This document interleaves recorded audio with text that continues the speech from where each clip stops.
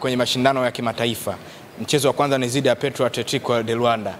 Kiufundi, leo nataka uwe mchambuzi. Petro Atletico ni timu ya aina gani? Umewafuatilia, ni wachezaji gani hatari ambao Simba wanapaswa kuwa nao makini? Experience ni timu ya aina gani? Simba wanapaswa kuwa nao makini kivipi? Kiuchambuzi zaidi. Leo si kama shabiki, leo ni mchambuzi. Leo ngoja nitumie vyeti.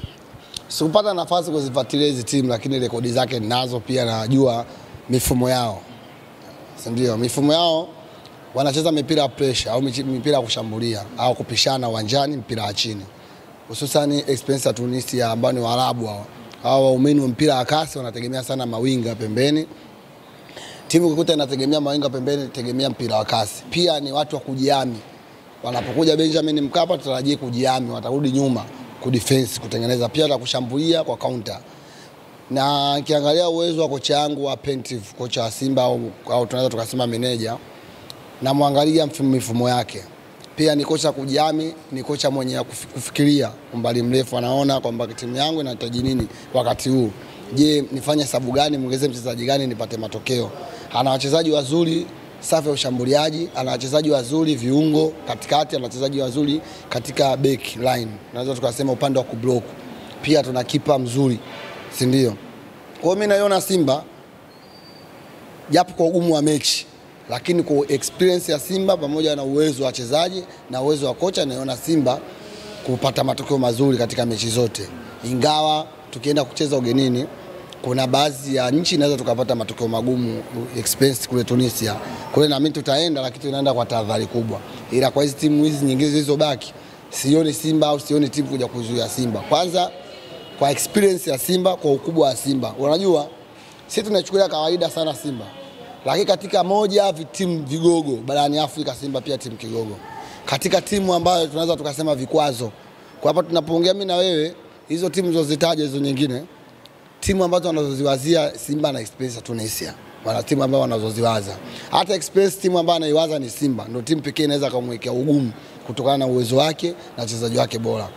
Mandala, ufundi zaidi, Simba kwa hivi sasa alipofikia, quality yake uwanjani, unamuona akisumbuliwa kwenye hii michuano ya ligi mabingwa barani Afrika? Japo umeniambia hujafuatilia, lakini nataka uniambie wachezaji gani hatari kwenye hizi timu, sababu wewe ni mwanamichezo. Ndio maana leo nikasema nataka uchambuzi zaidi.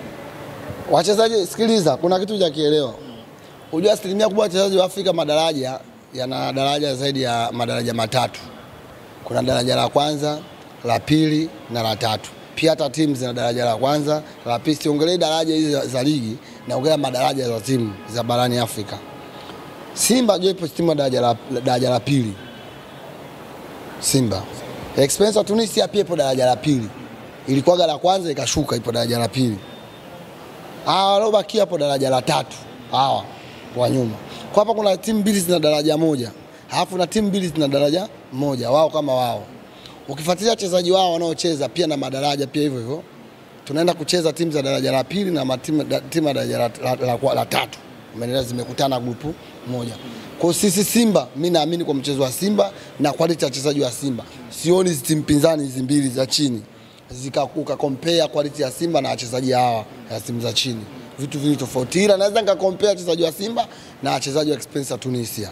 Kiufundi, hii international break inawasaidia nini wachezaji kuelekea kwenye mchezo wa tarehe 22? Wachezaji wanapopata muda mwingi wa kupumzika, wanajiandaa vipi kisaikolojia kwenda kukabiliana kwenye mashindano makubwa? Hii international break ina uzuri na ubaya.